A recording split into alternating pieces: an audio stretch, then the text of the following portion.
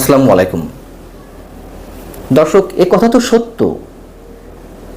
দেশের সবাইকে অন্ধকারে রেখে মিয়ানমারে রাখাইনকে করিডোর দেওয়া হচ্ছে। রাখাইনকে তো নয়, যুক্তরাষ্ট্রকে করিডোর দেওয়া হচ্ছে জাতিসংঘ এবং যুক্তরাষ্ট্রের বিশেষ ইচ্ছে অনুযায়ী।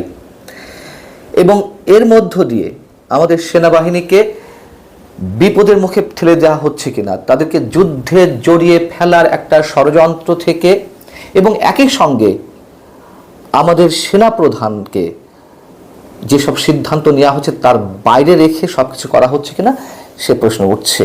এ বিষয়ে পরে কথা বলবো। শুধু এটুকু বলে রাখি প্রথমে যে বিশ্বে যেসব জায়গায় যুদ্ধ চলমান সেসব জায়গায় মানবিক সহায়তার নামে যে করিডোর দেওয়া হয়েছে তা আর মানবিক সহায়তার মধ্যে সীমাবদ্ধ থাকেনি। যুদ্ধে জড়িয়ে পড়েছে সেই সব রাষ্ট্র। এবং যদি আমরা আমাদের মহান স্বাধীনতা যুদ্ধের কথা উল্লেখ করি, ভারত তো করিডোর দিয়েছিল আমাদেরকে, তাই না? আমাদের যে প্রায় 1 কোটি শরণার্থী ভারতে আশ্রয় নিয়েছিলেন, ভারত করিডোর দিয়েছিল বিভিন্ন অঞ্চল দিয়ে, মানুষ সেখানে চলে যেতে পেরেছিল, বা ভারত মানবিক সহায়তা পাঠাচ্ছিল, ভারত যুদ্ধেও সহায়তা করেছে। এই যে ভারতে যে মানবিক কাজগুলো, ভারত তো যুদ্ধে জড়িয়ে পড়েছে। কেন পড়েছিল? তার স্বার্থ ছিল। কিন্তু আমাদের কি স্বার্থ এখানে? যেহেতু সরকারের পক্ষ থেকে বলা হয়েছে যে কিছু শর্ত দেওয়া হয়েছে, সেই শর্ত সম্পর্কেও যা জানা যাচ্ছে আমি এখনই বলছি। তার চেয়েও বড় কথা যে এমন প্যাসেজের জন্য, এই যে মানবিক সহায়তার নামে যে নিরাপদ করিডোর, এটির জন্য বঙ্গোপসাগর সিতোয়ে মংডুর উপরের দিক দিয়ে রুট রয়েছে, খোলা আছে। সেই সব জায়গাকে মানবিক রুট হিসেবে ব্যবহার না করে বা প্রস্তাব না দিয়ে জাতিসংঘ এবং যুক্তরাষ্ট্র কেন বাংলাদেশকে বেছে নেওয়া হচ্ছে, এই প্রশ্ন তুলেছেন খোদ মিয়ানমারের সিতোয়েতে বাংলাদেশ মিশনের সাবেক প্রধান নিরাপত্তা বিশ্লেষক অবসরপ্রাপ্ত মেজর ইমদাদুল ইসলাম। তিনি বিবিসিকে এই কথা বলছিলেন। এখন কথা হচ্ছে যে করিডোর দিলেও তাতে রাখাইনে যে বেসামরিক নাগরিকেরা অসহায় অবস্থায় রয়েছেন তাদের হাতে পৌঁছাবে? তার কারণ সেখানে যারা দখল করে আছেন সশস্ত্র গোষ্ঠী আরাকান আর্মির সদস্যরা, তাদের জন্য সব ধরনের পথ বন্ধ করে দিয়েছে মিয়ানমার জান্তা। তো জান্তা সরকার তাদের জন্য সব রুট বন্ধ করে দেওয়ার পরে এখন যেই সহায়তাগুলো বাংলাদেশের মাধ্যমে যাবে, বাংলাদেশের করিডোর হিসেবে ব্যবহার করে, সেগুলো কি সেই বেসামরিক নাগরিকদের হাতে পৌঁছাবে, নাকি আরাকান আর্মির দখলেই তা যাবে?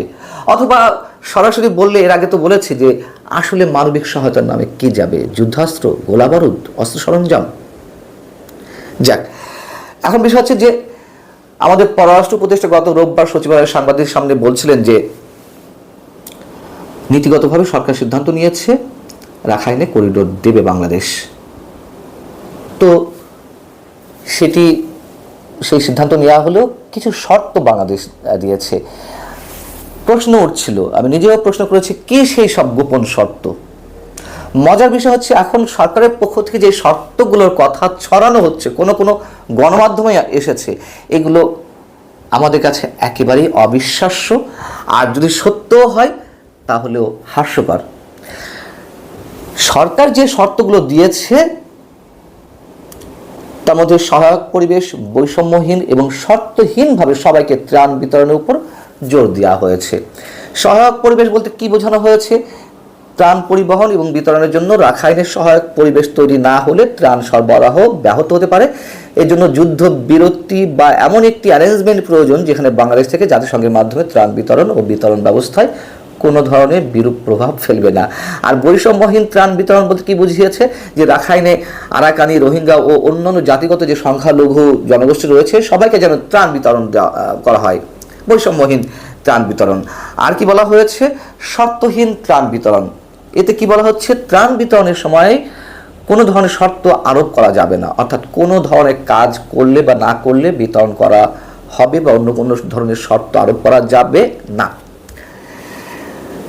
ওইখানে সবাই ত্রাণ পাচ্ছে কি পাচ্ছে না এটা তো জাতিসংঘের বিষয়, এবং যেই উদ্দেশ্য নিয়ে যুক্তরাষ্ট্র আসছে তার বিষয়।